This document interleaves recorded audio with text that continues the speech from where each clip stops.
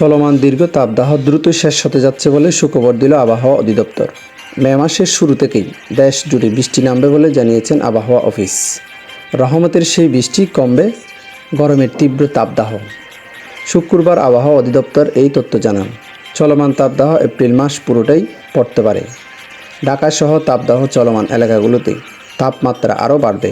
তবে মে মাসের প্রথম দিকেই দেশের আকাশে মেঘের উপস্থিতি বাড়বে। 2রা মে থেকে পরবর্তী কয়েকদিন সারা দেশে বৃষ্টি ও কালবৈশাখী ঝড় হবে।